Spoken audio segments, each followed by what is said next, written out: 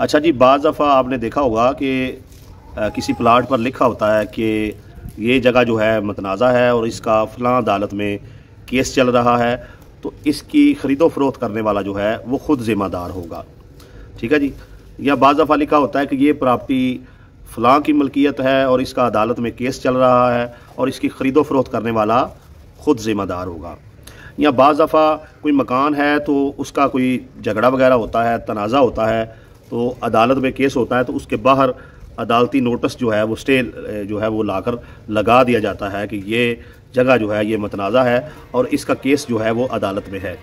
लेकिन अगर प्लाट है तो आपको कैसे पता चलेगा कि इस प्लाट का कोई तनाज़ा तो नहीं है, ये तनाज़ात से पाक प्रॉपर्टी है या इसका कोई झगड़ा चल रहा है, इस पर कोई स्टे चल रहा है, और क्या तदबीर है कि जिस पर अमल करके जो है इंसान अपनी प्रॉपर्टी को महफूज रख सकता है। बाज़ दफ़ा ऐसे होता है कि बंदे प्लाट ख़रीदते हैं और उसकी थोड़ी थोड़ी निशानदेही करते हैं और मुल्क से बाहर चले जाते हैं, 5 साल बाद वापस आते हैं तो देखते हैं वहाँ पर मकान तमीर हो चुका है, या वहाँ पर हवेली बनाकर किसी ने 2 कमरे बना लिए हैं, या वहाँ पर किसी और ने कब्ज़ा कर लिया हुआ है, बुनियादें बना ली हैं। ठीक है ना। तो इन मसाइल का क्या हल है? पहले तो ये है कि अगर प्लाट है तो आप कोशिश करें कि उसके साथ अगर कोई दीवार है, दीवार पर लिख कर या उस प्लाट में कोई मजबूत जो है बोर्ड लगा दे कि ये प्लाट जो है फ़लाँ बंदे की मलकियत है, और अगर इसको कोई ख़रीदो फ़रोख्त इसकी कोई करता है तो वो बंदा ख़ुद ज़िम्मेदार होगा। साथ में आप अपना रब्ता नंबर वगैरह दे दें। अगर कोई बंदा उसे ख़रीदना चाह रहा है और आप बेचना चाह रहे हैं तो आपसे रब्ता करे और आपसे ख़रीदे। इसका ये फ़ायदा होगा कि जिस मालिक से आपने वो प्रॉपर्टी ख़रीदी है वो एक ही प्रॉपर्टी जो है वो 2 बार जो है वो सेल नहीं कर पाएगा। अच्छा जी, एक तो ये हो गया।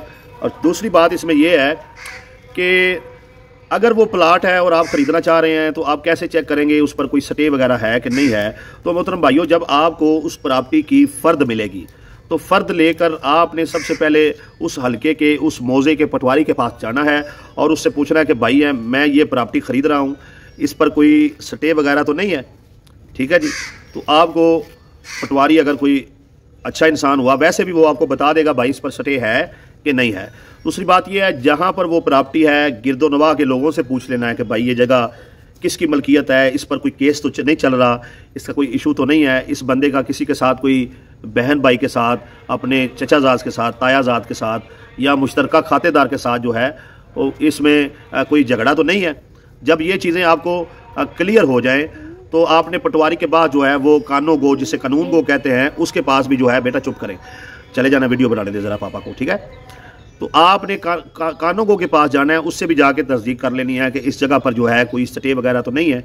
जब आप पटवारी से, कानून गो से ये चीज़ें चेक कर चुके होंगे, ठीक है जी, उसके बाद आपने रजिस्ट्री ब्रांच में चले जाना है। रजिस्ट्री ब्रांच में भी जो है जब आप जाएंगे वहाँ पर रजिस्ट्री मुहर्रर बैठा होगा, उसके पास कंप्यूटर पड़ा हुआ होगा, तो आप उसको फ़र्द देंगे तो वो उस खेवड़ खतौनी का खाता मारकर वो नाम वगैरह लिख के तो वो फ़ौरन आपको चेक करके दे देगा कि इस जगह पर स्टे है या नहीं है। यानी कि स्टे जो है वो पटवार खाने में भी होता है और तहसील इंतज़ामिया के पास भी, रजिस्ट्री ब्रांच में भी होता है। इन 2 जगहों पर आपने स्टे चेक कर लेना है कि इस जगह पर कोई स्टे तो नहीं है। उसके बाद जो है आप उसका बयाना वगैरह करें।